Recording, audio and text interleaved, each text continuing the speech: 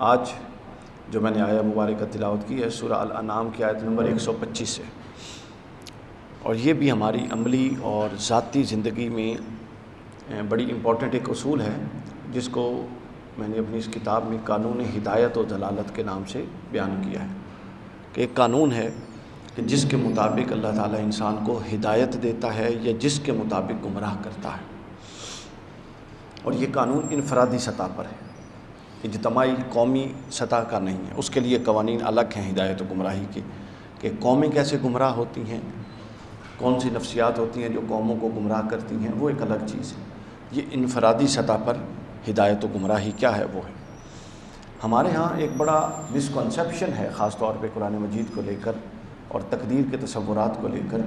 Misconception یہ ہے کہ ہم جو قرآن مجید کی آیات ہیں ان کا مفہوم غلط طور پہ یہ اخذ کر لیتے ہیں کہ وہی ہدایت یافتہ ہوتا ہے جس کو اللہ ہدایت دے، اور جس کو اللہ گمراہ کرے وہ گمراہ ہوتا ہے۔ یہ بات اصولاً درست ہے، لیکن ہم اللہ تعالیٰ کی ذات کو معاذ اللہ ایک انسان کی نفسیات پر قیاس کر رہے ہوتی ہیں، کہ جس طرح ایک انسان جس کو چاہتا ہے، یعنی انسان کی چاہت یا پسند و ناپسند کے جو معیارات ہیں وہ ہم خدا نخواستہ اللہ کی ذات پر فٹ کر رہے ہوتے ہیں، کہ جس طرح انسان جس کو چاہتا ہے عطا کرتا ہے، جس کو چاہتا ہے روکتا ہے۔ اس تناظر میں ہم لے لیتے ہیں کہ اللہ جس کو چاہتا ہے ہدایت دیتا ہے اور جس کو چاہتا ہے گمراہ کرتا ہے۔ ایسا نہیں ہے، اللہ کے یہ اصول درست ہے، جس کو چاہتا ہے ہدایت دیتا ہے، جس کو چاہتا ہے گمراہ کرتا ہے، لیکن یہ اللہ کی شایان شان ہدایت دینا ہے، جو عادل ہے، جو ضابط ہے، وہ فوراً اجلت پسند نہیں ہے سزا دینے میں، وہ عدل کے مطابق چلتا ہے۔ تو لہٰذا اپنی ساری ناکامی اللہ تعالیٰ کے کھاتے میں ڈالنا یہ جائز کام نہیں ہے۔ یہی ایک ناکام فرد کی سب سے بنیادی نفسیات ہوتی ہیں۔ یہاں قانون ہدایت و دلالت کے باب میں دو چیزیں ہمارے زیر بحث آئیں گی۔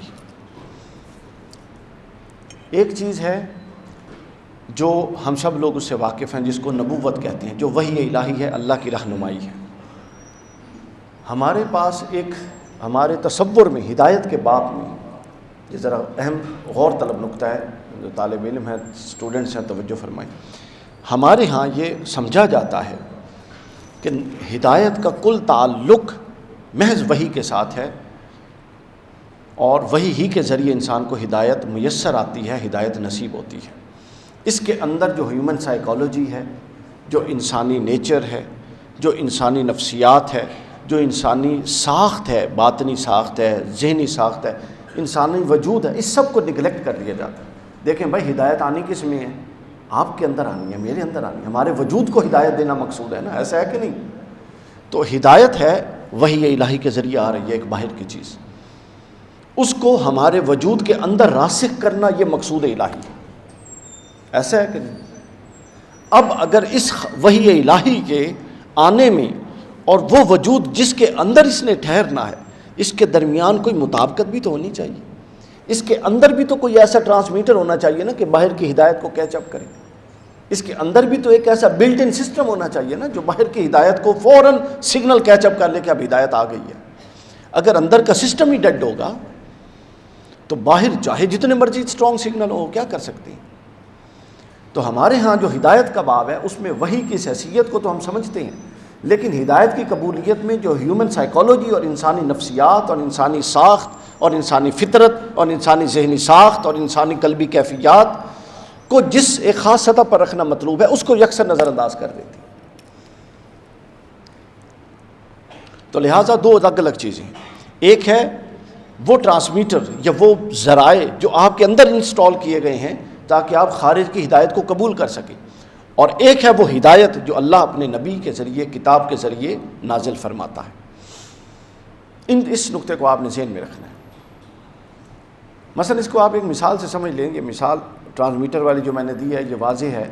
کوئی بھی ایسا یہ ڈیوائس ہے ہمارے پاس، اگر اس ڈیوائس نے باہر سے سگنل لینے ہیں اور کمیونیکیشن کا کام کرنا ہے، اگر اس ڈیوائس کے اندر کا سسٹم جو سگنل کو کیچ کر کے آگے پروسیس کر کے کمیونیکیشن کو آسان بناتا ہے، اگر وہ سسٹم ہی ڈیمیج ہے تو آپ باہر کے سگنلز کو کتنا ہی اسٹرانگ کر لیں، ایون کہ جہاں پہ وہ لگے ہوتے ہیں ان کے بڑے بڑے ہیں، وہاں پر لے کے چلے جائیں جہاں سگنل سب سے تیز ہوتے ہیں، اس کے باوجود وہ سگنل کا یہ کام نہیں ہے کہ وہ ڈیوائس کو ٹھیک کریں گے.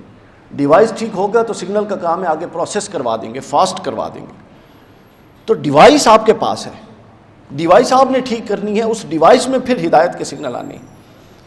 تو ہم ڈیوائس کو, بنیادی چیزوں اس کو ٹھیک نہیں رکھ سکتے, اور رونا سارا ہدایت کا روتے ہیں. وہ 4 چیزیں ہیں جو اندر بلٹ ان ہیں, ایک ہی چیز ہے, اس کے 4 نام ہیں. ہر بندہ, ہر مکتب فکر, ہر نقطہ نظر اس کو اپنے انداز سے دیکھتا ہے. ایک طبقہ اس کو فطرت کہتا ہے, اگر فطرت کو اپنی اصل پہ رکھا جائے تو انسان وہی کی ہدایت فوراً قبول کر لیتا ہے. ایک طبقہ اس کو نیچر کہتا ہے, فطر کہتا ہے. دوسرا طبقہ اس کو ذہن کہتا ہے, عقل. اگر عقل بنیادی مسلمات پر قائم ہے, اور عقلی مسلمات کیا ہیں؟ مثلا صحیح مفادات سے نکل کے صحیح کو صحیح جاننا, صحیح میں غلط میں اگر فائدہ بھی ہے تو آپ کی, مثلا آپ 25 سال کے اب کھڑے ہیں اور اب ہدایت آپ کو سامنے آ رہی ہے, تو گویا 25 سال آپ کی عقل کی نشو و نما ایسے ہو کہ آپ نے بے شک مفاد جھوٹ میں ہوں لیکن آپ نے سچ کا ساتھ دیا, بے شک خلاف عقل امور آپ کو زیادہ اٹریکٹ کر رہے ہوں مگر آپ نے عقلی مسلمات کا ساتھ دیا, یعنی عقل کو اپنے ٹریک پہ رکھ کے نشو و نما دی ہو. تو یہ عقل جب اس صورت میں ہوگی تو جو ہی ہدایت آئے گی آپ کو اس کی طرف راغب کر دے گی. پھر صوفیاء جب اس چیپٹر کو لیتے ہیں تو وہ لیتے ہیں قلبی کیفیات کی بنیاد کہ وہ حدیث سے استدلال کرتے ہیں کہ ہر گناہ دل پر ایک نقطہ لگا دیتا ہے اور یوں پورا دل سیاہ ہونے لگتا ہے. اگر وہ پورے دل کی سیاہی سے پہلے توبہ کر کے کوئی دھو دیتا ہے تو وہ دل پھر سے صاف ہو جاتا ہے. ٹھیک ہو. اگر آپ دل کے اندر وہ سیاہی جمع ہونے نہیں دیں گے اور اس کو مسلسل اس کا پروسیس صاف کرتے رہیں گے ساتھ ساتھ, تو وہ صاف دل قلب جو ہی باہر سے ہدایت ہوگی وہ اندر سے سگنل کیچ کر لے گی. یہ تیسری چیز. اس میں چوتھی چیز کا ایک اضافہ حضرت شاہ ولی اللہ صاحب نے کیا, وہ طبیعت. البدور البازغہ میں بھی, حجت اللہ البالغہ میں بھی اشارتاً پورا باب لکھا ہے انہوں نے صراحتاً. وہ کہتے ہیں جو طبیعت ہوتی ہے, مزاج ہوتا ہے, اس کی پوری شخصیت پہ غیر معمولی تصرف ہوتا ہے. اگر آپ طبیعت کو ضبط میں رکھیں, قابو میں رکھیں, ٹریک میں رکھیں, یعنی ہر طبی رجحان کے پیچھے نہ چلے جائیں اور اس کو پورا کرنے کی کوشش میں نہ لگ جائیں. اگر آپ ہر طبی رجحان کو پورا نہیں کرتے, اس کی کوشش میں نہیں لگتے, بلکہ طبیعت کی ان تقاضوں کو پورا کرتے ہیں جو ایک حد کے اندر ہے, اور حد سے باہر طبیعت کے تقاضوں کو پورا نہیں کرتے اور حد کے اندر تقاضوں کو پورا کرتے ہیں, تو آپ طبیعت کو اس طور پہ پروان چڑھا رہے ہیں کہ وہ اصل ٹریک پر ہے.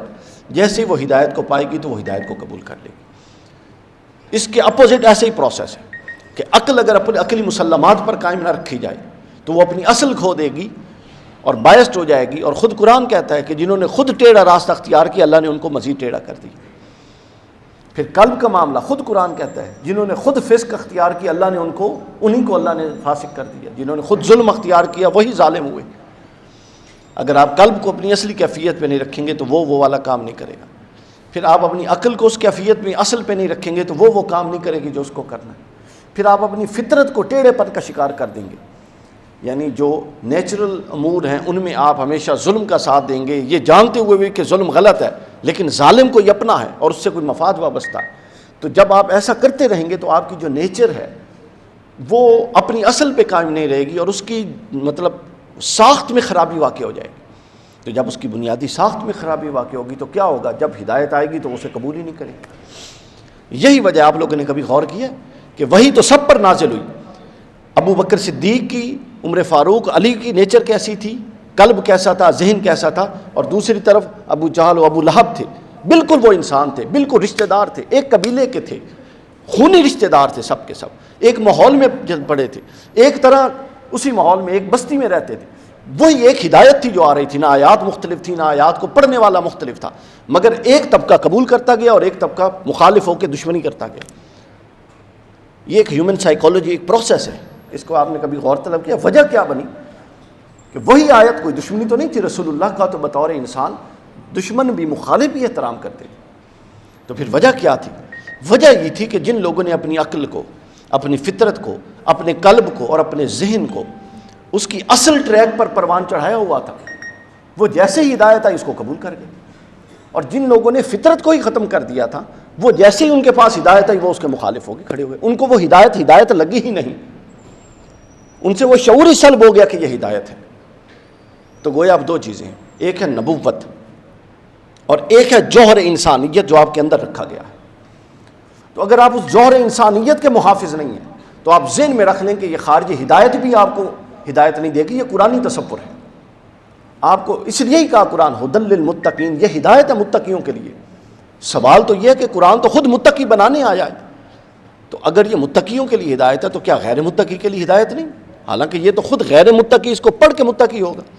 تو یہاں جس ہدایت کا تعلق ہے وہ ہدایت یہ ہے کہ قلب کی وضع جس پر ہوئی ہے، عقل کی وضع جن مسلمات پر ہوئی ہے، فطرت کی وضع جن اصولوں پر ہوئی ہے، اور طبیعت کی وضع جس اصول پر ہوئی ہے، اس کو اس کی حد میں نشو و نما اور پروان چڑھایا جائے تو وہ اس طور پر پروان چڑھیں گے اور ان خطوط پر پروان چڑھیں گی کہ جیسے ہی وہ ہدایت کے سگنلز ان کے اس ایریے کے اندر آئیں گے وہ فوراً اس کو کیچ کرنے کی طرف دوڑیں گے. اور اگر اپوزٹ سائڈ پہ پروان چڑھیں گے تو جیسے ہی سگنل آئیں گے وہ ان کو ریزسٹ کریں گے اور ان کی مخالفت میں کھڑی ہو جائیں گے. یہ ہے ہیومن سائیکالوجی کے اندر ہدایت کے قبول یا عدم قبول کا پروسیس، جو بڑا نیچرل، بڑا ریشنل ہے، ہم سمجھ سکتے ہیں. یعنی ایک تو اس کا پورا مذہبی اور انسٹنکٹ اور روحانی پہلو ہے نا ہدایت یا گمراہی کا، جس کو عام طور پہ ہم بیان کرتے ہیں. ایک یہ اس کا ریشنل پہلو ہے، لاجیکل پہلو ہے، سائیکولوجیکل پہلو، نفسیاتی پہلو ہے کہ کیوں لوگ ہدایت قبول نہیں کرتے. بالکل ایسے ہی ہے کہ ایک شخص گناہ کرتا ہے وہ پریشان ہو جاتا ہے ہم میں سے، اور ایک شخص گناہ کرتا ہے اور اکڑتا ہے اور وہ لطف اندوز ہوتا ہے، اس کے اندر وہ پریشانی اور وہ ندامت کا وہ حص ہی ختم ہوتی جا رہی ہے وقت کے ساتھ ساتھ، کیونکہ اس نے اپنی فطرت کو اس سطح پہ نہیں رکھا. اگر وہ سطح پہ رکھتا تو گناہ اگر بطور انسان ہو گیا تو وہ فوراً پلٹتا اور ندامت کے احساس اس کے اندر جاگتے. لیکن جب اس نے اس طرح سے پرورش ہی نہیں کی تو وہ وہی انسان گناہ کر کے سرکش ہوتا جاتا ہے اور اس میں ڈھٹائی کا اور ہٹ درمی کا مظاہرہ کرتا ہے. اس مثال سے آپ اس پورے کے پورے پروسیس کو سمجھ سکتے ہیں.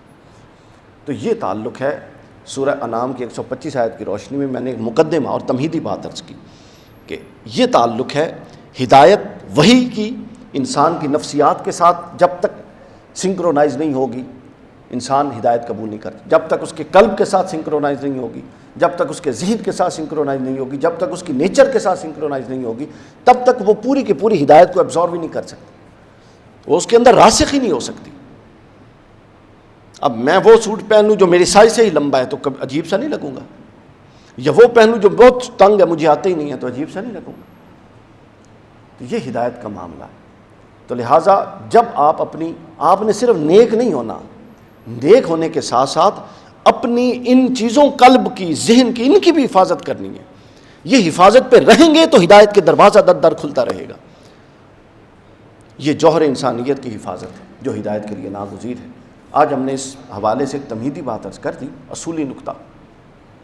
اس کی انٹرپریٹیشن انشاءاللہ اور اس کی توضیح اور وضاحت کے ساتھ کہ پھر وہ نفسیات کیا ڈیولپ ہوتی ہیں اگر کوئی اپنے آپ کو عقلی مسلمات پر قائم نہیں رکھ سکتا یا قلب کو اس پر قائم نہیں رکھ سکتا، تو کون سی نفسیات ڈیولپ ہوتی ہیں جو پھر ہدایت میں رکاوٹ ہے، اور اگر کوئی رکھتا ہے تو اس کی کون سی نفسیات ڈیولپ ہوتی ہیں جو ہدایت کو قبول کرنے میں مددگار ہے.